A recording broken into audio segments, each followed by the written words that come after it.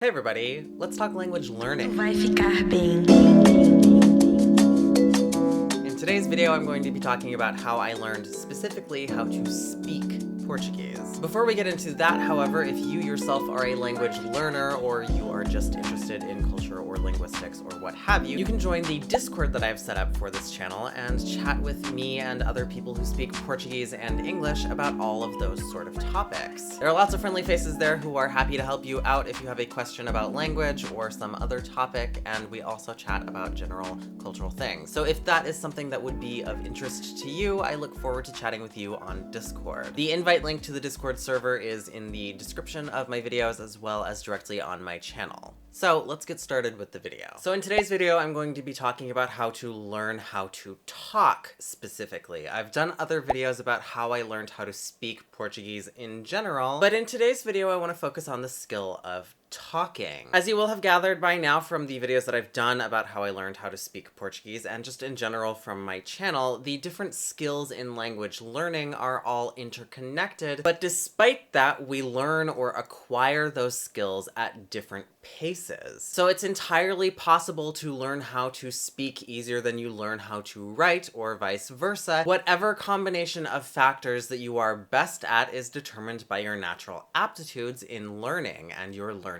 style. So in order for me to tell you about how I learned how to talk specifically in Portuguese and other languages, I need to take a step back and tell you a little bit more about my personal background in learning languages as a whole. I am, of course, American, and I grew up in an English-speaking monolingual household. My entire family is monolingual English speaking. I learned how to understand Spanish by watching Univision because I grew up without cable on my TV, and that was one of the only channels that we had available to us on the standard access television. And I also learned to understand Russian because of the presence of Russian people in my community. But I never really spoke either one of those languages, and I didn't really study them in a significant way in school. I started learning languages like a pretty typical American. We had Spanish offered to us at the earliest grades, and we didn't have exactly a lot of those classes, and so we didn't necessarily get very far with it in those classes. I also had French classes in grade school, and that went a little bit further for me. So French was really the first language that I studied in earnest, and it was the first language that I dedicated time on my own to continue studying and try to communicate with people in. As many of you who watch my videos did as well, I grew up on the internet, so I learned how to use French in that sort of a setting. Whether that be on instant messenger or online forums or in games that you play virtually, I developed skills for reading and writing French through that real-time interaction. I also took it upon myself to try to develop my Russian skills by writing on a live journal, but don't go looking for that because it has long since been deleted. It wouldn't be until I started college that I would really start doing language learning in the sort of traditional way that we think of it. When I started my undergrad program, I did French classes because I needed a language requirement. I also decided to enroll in Russian classes for the same reason, with the idea that I would see how I liked either one and then pick one or the other and continue on with it. But on the basis of progressing through those classes, I studied abroad in both Russia in 2010, already a decade ago, and in France the year after. Those two study abroad programs were specifically language oriented, or in the case of Russia, it was language and culture. The study abroad program that I did in Russia was a very intensive cultural program. We had a lot of shows, performances, museums, and other similar things to see and do while we were there, and our agenda was booked completely solid. We also had several hours a week of Russian classes, and I will say that being in Russia, taking Russian classes, was the environment that I had that most helped me advance in terms of my output in Russian. But ultimately, that was a short summer program, so I wasn't in Russia for that long, and so my progress in Russian in that environment was limited. To this day, my Russian has never really fully developed that output that I have in several other languages, and it's why, if you watch the video about which languages I speak, I say that I speak 5.5 languages, because I still understand it quite well, and I still understand how the grammar and all of those sort of things work, but when it comes to writing or speaking, it's a little bit more limited. It was different when I went to France, however, because my output was already significantly better in French. Because of my years as a kid, an adolescent, a teenager, what have you, of being online and interacting with French people, I already had a certain basis for output in French, and I no longer had that sort of awkward fear of making a mistake or being really embarrassed by using French badly or what have you. And so when I went to France, I did a language program and strictly language. There was nothing cultural programmed into our study abroad program, and we had a significant amount of time outside of our language classes in order to socialize, meet people, and do things of our own accord. That provided an environment for me to get to know French people significantly more than I would have ever been able to in Russia, and I certainly did so. So at the end of a couple of months of doing that program and spending a little extra time in France, I was able to speak pretty fluidly in French, and I didn't really have any problems in communicating. My skills had started to consolidate. The simple fact is that I just didn't have that much time to allow them to continue on further and further and further. Now, there was no language component to my study abroad program in Lisbon. In Lisbon, I was there on a study abroad program related to my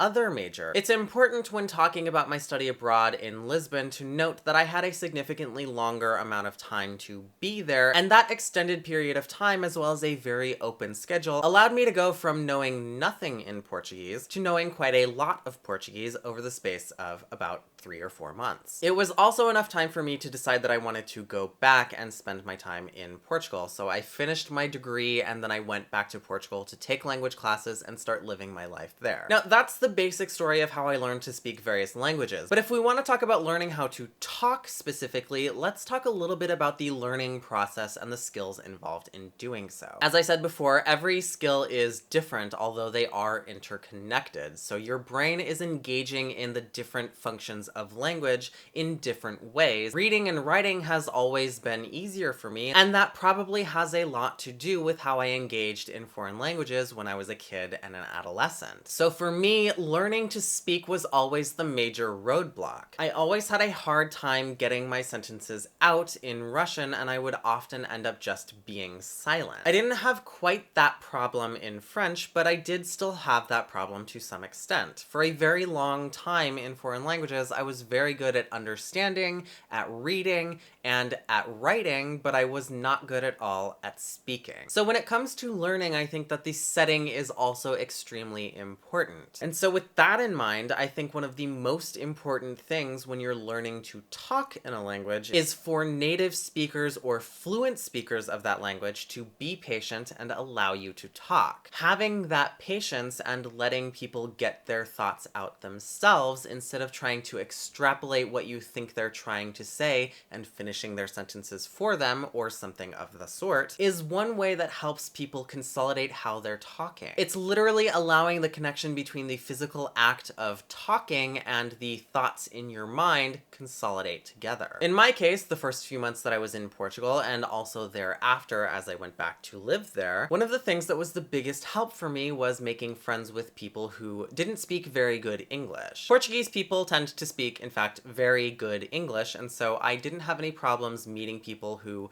could guide me around and make friends with me in English. But I also made a point to find people who didn't speak English or who I could convince to only speak to me in Portuguese, whether that meant that I was talking to them in English and they were responding Portuguese back to me. And that gets me into my next point about setting. Being active in conversations, whether you're speaking the target language already or not, is also really important for developing your skills in talking. And that might seem a little bit nonsensical, but there's a big difference between learning how output works in real time than there is when you have time to edit, like when you're writing. So when you're participating in an active conversation, whether you're speaking that language or not, you're paying attention to the way that people speak in real time and how they spontaneously form their thoughts. This allows you to pick up on the general details of how people go about speaking and can be of great utility when you're trying to do the same thing yourself. You learn all of the little tics and how people pause and hold their position in a conversation. You learn the most common structures that people use when they're talking and all sorts of other details like that. The more you're around that and the more you absorb that for yourself, the more you're going to be able to replicate it. And then the more you replicate it, the more natural and automated it's going to be for you. This was a strategy that I employed to great effect in Portugal. This is one of the main reasons why by the time I was done with my first study abroad program in Lisbon, I had gone from nothing in Portuguese to being able to speak at a reasonable B1 or B2 level. And the last thing that I want to add for setting is talking about classes. Now, classes are certainly no substitute for talking to people in the real world, but classes are designed in such a way that they get you talking using the fundamentals. And the idea is that as you repeat these dialogues and as you create these basic sentences in a supposedly spontaneous way, you're training your brain to work in that way and to produce that output. It will never substitute real world interactions, but that's not the point of a class. And this gets me into the next thing that I wanted to talk about, which is putting it all into practice. Putting all of this into practice often mirrors those very same techniques that we use in classroom settings. A lot of the times when we're having conversations when our levels are more basic, we're exploring ways of being able to communicate and taking mental notes and figuring out how to apply that way of talking into more sophisticated conversations. The vocabulary that we have in any given language, whether that's reading, writing, speaking, or otherwise, is highly dependent on the language that we use. So when you come across a new word or a new concept, try to find a way to insert that into conversation. This is a technique that I employed quite frequently when I was first learning Portuguese, but this is a technique that applies for your entire language learning life. This is something that even advanced and native speakers do in their day-to-day lives. And my next tip is going to sound just a little bit silly, and it certainly feels silly when you're doing it yourself, but that is to talk to yourself in the language that you're trying to learn to speak in. Now, talking to yourself is not weird. Everybody does it. This is something that you learn in your introduction to psychology classes when you take them in school. And so since we're all already talking to ourselves anyway, it's good to keep in mind that when we're talking to ourselves, we're often employing the same sort of thought patterns, the same sort of patterns of speech. We're often talking to ourselves about similar topics in general. And so there's no good reason you can't translate those or do your best to do so into your target language and start saying those sentences and phrases out loud. Doing so can help you pronounce the language because it gives you a free space to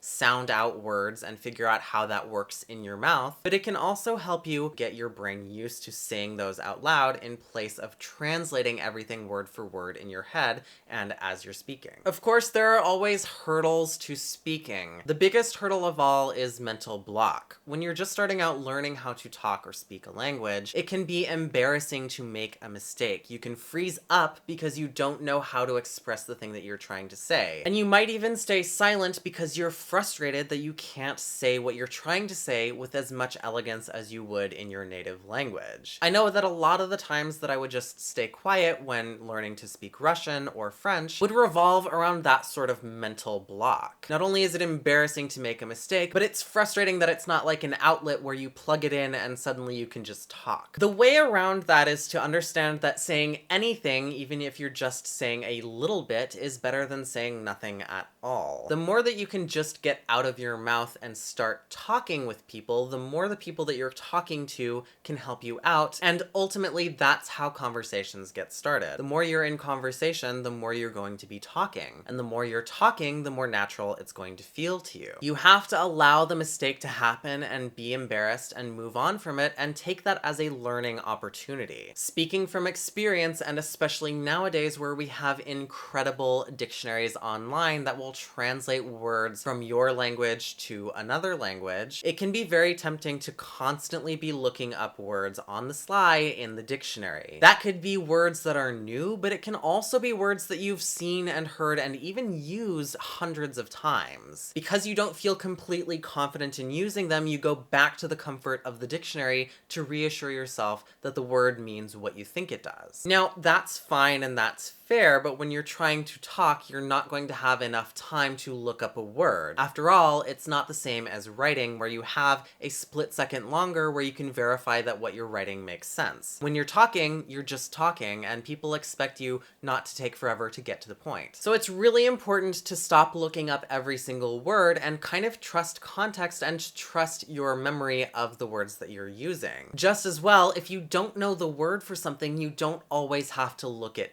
up, because that can take up a lot of time, and by the time you've looked up the thing that you were trying to figure out the word for, the conversation could have moved on to something entirely different. This is something that I have had extensive experience with. And ultimately, the solution to it is just to talk your way around it. So for example, if you don't know the word for peacock in a language and you want to talk about a peacock, then you should just describe the bird with the big colorful feathers, and the person you're talking to will probably know what you're trying to say and give you the word for you. This can be a very useful way of learning new vocabulary, and when you hear the person say the word that you're looking for, it's a very good idea to repeat that word back in the conversation, in a sentence, in a phrase, or just saying it out loud to try to sort of consolidate that in your mind. So all in all, basically learning to talk is pretty similar to how we learn in a classroom, and is pretty similar to how we learn in our other skills. It's the sum of making like Nike and just doing it, and putting yourself in an environment where you have more of the language around you to begin with. So that's my story and my observations on how I learned how to talk. I hope that was helpful to you and that you enjoyed the video. If you did, if you learned something or otherwise found it interesting, leave me a thumbs up down below. Make sure to subscribe to my channel if you're not already. I make lots of videos about the Portuguese language, which you can find directly on my channel or in the eye above, and I will see you next time.